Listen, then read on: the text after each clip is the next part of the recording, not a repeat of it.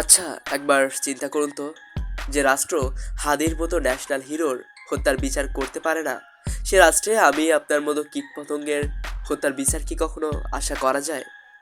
আমরা গতকাল দেখেছি একজন এমপি প্রার্থী আমাদের মহিউদ্দিন রনি ভাইকে এই এসএসসি পাস পুলিশের নির্মমভাবে পেটানোর দৃশ্য।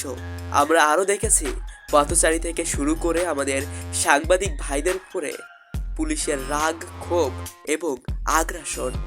এখন আমাদের মনে প্রশ্ন জাগতেই পারে, তাদের এত আগ্রাসন, এত ক্ষোভ আসলে কেন? এটা কি জুলাইয়ের প্রতিশোধ, নাকি অন্য কোনো গল্প?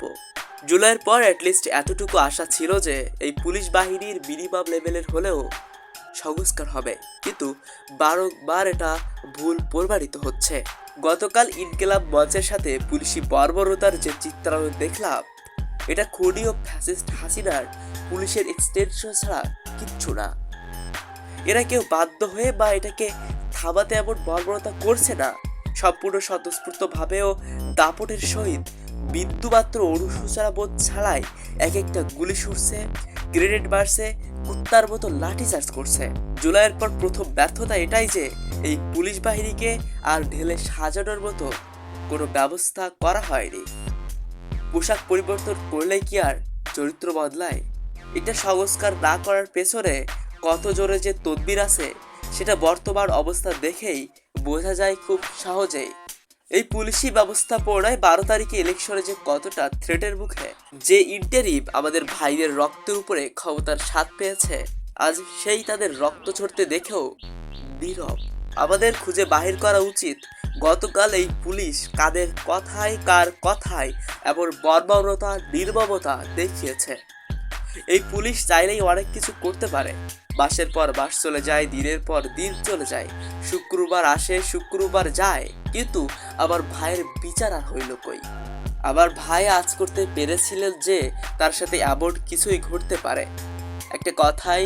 তারপরও সে বারবার একটা কথাই বলে গিয়েছে, তাকে যদি হত্যা করাও হয়, তার বিচারটুকু যেন হয়।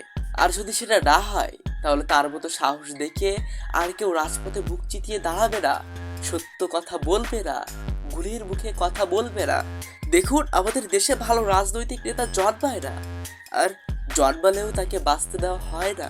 আমার চোখে সব থেকে বড় ব্যর্থতা হাদি ভাইয়ের বিচার করতে না পারা। সবশেষে কিছু গুরুত্বপূর্ণ কথা বলি। রাজনীতিটা অনেকের কাছে পেশা হয়ে গেছে, কিন্তু রাজনীতিটা কোনো পেশা নয়, এটা জনসেবা। আপনি ভোট দিয়ে আপনার প্রতিনিধি সিলেক্ট করবেন, যে পারবে আপনার মুখের কথা, আপনার আশা, আপনার চিন্তা, আপনার চেতনা সংসদে গিয়ে বলতে। একটা কথা সবসময় মনে রাখবেন, আমরা রাজা এবং তারা আমাদের প্রতিনিধি, আমাদের বেতনের কর্মচারী। সবশেষে একটাই কথা বলি, ক্ষমতায় যে আসেন না কেন, আমার হাদি ভাইয়ের বিচারটা অন্তত কইরেন। We are Hadi, justice for Hadi. আজকের ভিডিওটা এই পর্যন্তই। আমাদের সাথে থাকার জন্য সবাইকে অসংখ্য ধন্যবাদ।